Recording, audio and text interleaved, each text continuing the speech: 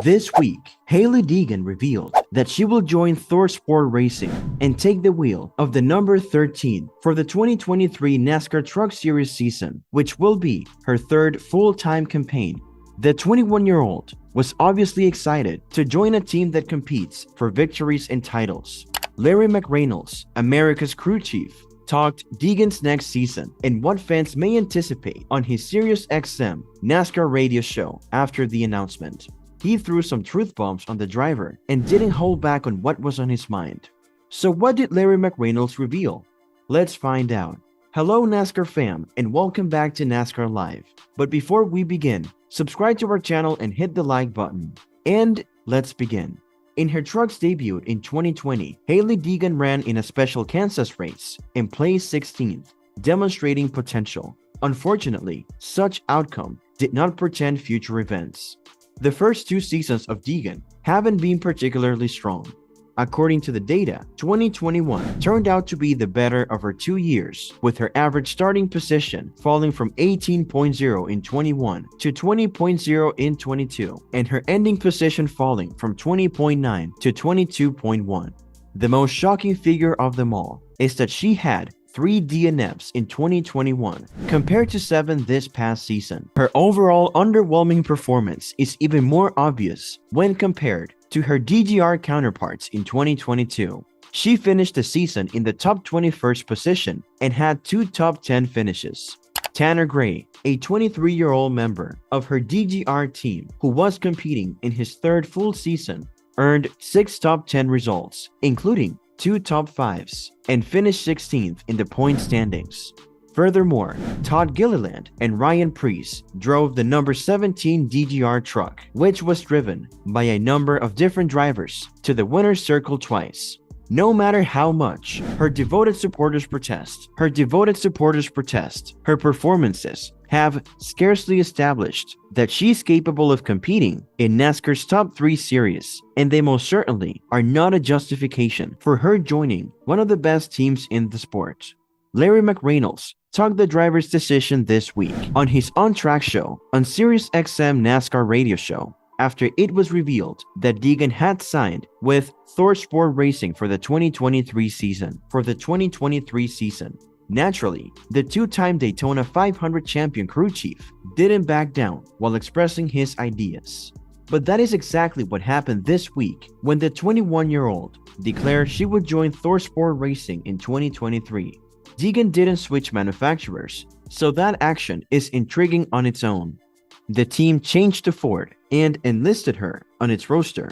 Every fan of the sport is aware of the situation's cause, talks about sponsorship and funding. But imagine a new fan or someone who wants to become one who compares Deegan's year-over-year statistics to those of other players. They would be perplexed as to why anyone would believe that her career trajectory is upwardly mobile and eventually come to the conclusion that on-track performance in NASCAR is really not all that important. They would sadly be true. McReynolds stated, "I say this with the utmost respect because it's beneficial for everybody involved for Hailie Deegan to perform." And he added, "She is a female. She is a minority, driving a NASCAR Camping World, or what is now Craftsman Truck Series truck. It is so beneficial that she performs. But to me, this is a year where the rubber is going to meet the road. She has basically 46 starts. She made that one start in 2020 at Kansas, and she bounced out there. Never been in a truck before, back in an era of COVID, where you line them up and you race them, and she finished 16th. I felt like she overachieved because they actually ran her out of gas that day. But since then, she ran 22 races in 21, 23 races in 22, and has 3 top 10 finishes. A best finish of 6 at Talladega this past fall, and nobody knows this better than Hailie. She has got to step it up. Because I even go back to last year at DGR, that 17 truck was running up front hands over fist, winning races. To me, a third season, the rubber is meeting the road. I do not care how many YouTube followers you have or social media. That's all grand. That's all great. Gonna have to start performing on that thing called a racetrack. What can you anticipate to actually happen? McReynolds expressed what the majority of racegoers are thinking. For Deegan, the real test is about to begin. In 2023, when she will be fighting against a team whose trucks will be winning races and maybe vying for the championship, she won't have any excuses. Oh, and she will be assisted by Rich Luscious, the crew chief for Ben Rhodes, who led the number 99 to the championship in 2021 and a second place finish this year. Deegan doesn't need to place first in any races to prove that she belongs. That would undoubtedly be beneficial, but continuously leading the pack with a shot at a potential upset victory ought to be sufficient to live up to expectations in 2023. She might find herself on the outside looking in 2024 if she doesn't consistently finish in the top 10. The statistics are unfalsifiable. Hailie Deegan is everything wrong with NASCAR.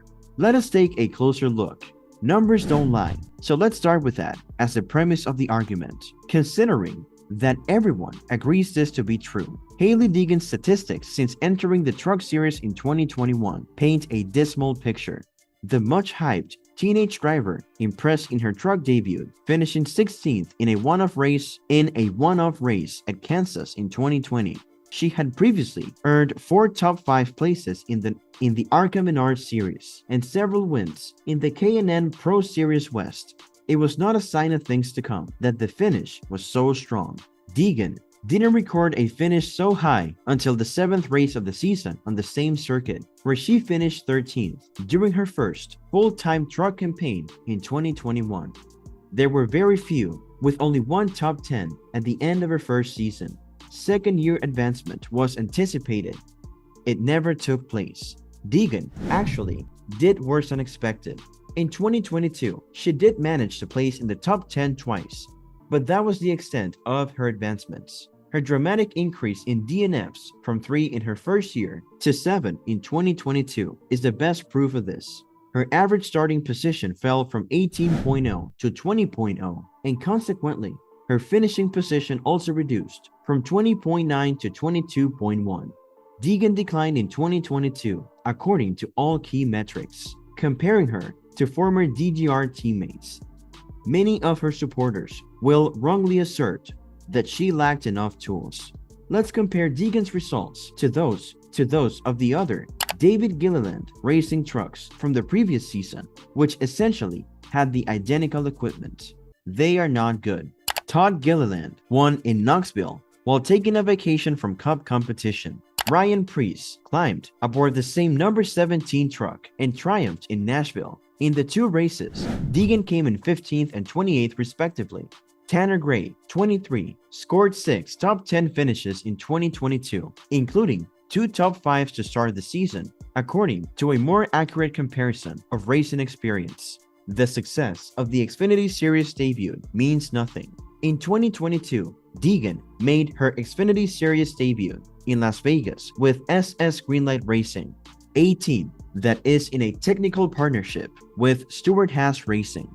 Deegan ran a strong race, avoided difficulties, and came in 13th after qualifying 20th on the 1.5-mile course. She has already spoken out against the rough and tumble truck series, so it comes as no surprise that her followers instantly started claiming that her one victory in Sin City was evidence that she could compete if competing against more civilized drivers. Sadly, there are a couple of problems with that reasoning. To start with, winning one race does not necessarily mean that you will win more. In Kansas in 2020, watch her debut Truck Series race. Second, if she wasn't sprinting in the middle of the pack, or worse, she wouldn't get into so much trouble. Inquire of her previous DGR teammates. They had little trouble advancing through the pack, taking home a few victories or placing in the top 10 last year. The only sport where performance comes before money. It is undeniable that Hailie Deegan has amassed a huge fan base on social media, numbering in the millions across numerous platforms. There is no doubting that Deegan hasn't made it on the track, based solely on her performance over the past 2 years. Her performance is the reason why any new NASCAR fan or someone who was considering following the sport would be immediately perplexed as to why she is deserving of a top ride. Comparing the situation to stick and ball sports makes it difficult to describe. The 2 highest levels in football are college and professional, with the top players Moving on to the NFL, the NBA and MLB follow the more conventional professional model in which players advance through the minor levels before making it to the major leagues. In none of those would the athlete with the most sponsorship/money win out. The presenter would be left out of the room if they attempted to pitch that business plan to the owners of the NFL, MLB, or NBA. And for this reason, NASCAR must stand and look itself in the eye with great intensity. The future television deal, which is up for renewal in 2025, could be able to help with the problem, as Jeff Gordon and others have indicated. Teams from all three series could cheat racegoers out of the opportunity to watch the best drivers in the world compete if they received a larger share of the television revenue pie. By paying for the best drivers, teams wouldn't have to rely on the best sponsored drivers to get behind the wheel and, as has been the case with Deegan so far, turn in underwhelming performances. Meanwhile, former NASCAR Cup Series car owner Ron Devine has been forced to pay $31 million after filing for Chapter 11 bankruptcy nearly 5 years ago. According to Fox Sports, related business and trusts will also be responsible for paying the IRS, the bank that supplied the loans, the employees, and those who are still due money through the bankruptcy's accepted claims. From 2012 through 2018, Devine owned BK Racing, which paid $6 million in debt to Devine-related trusts and businesses, as well as another $11 million in debt that a trustee believes needs to be repaid. Devine is responsible for paying the whole $31 million, according to a judge's ruling that he did not follow discovery rules on financial disclosures. Devine stated in court that he worked as hard as he can to keep up with his stuff and that the payments in question frequently covered short-term loans. Just 3 days before the 2018 Daytona 500, Devine, who also owns a Burger King franchise, filed for Chapter 11 bankruptcy. He lost control of the team in favor of a trustee. In August 19th of 2016, in Bristol, Tennessee, Matt DiBenedetto, the driver of the number 10 Toyota, practices for the NASCAR Xfinity Series Food City 300 at Bristol Motor Speedway. And that ends today's episode. We sincerely hope that you have enjoyed the video. If so, please click on the like button and share it with your friends and family. Also, don't forget to subscribe to our YouTube channel to see even more of our incredible videos. You can also check out our other videos that have been specially selected for you. We will catch up in the next video.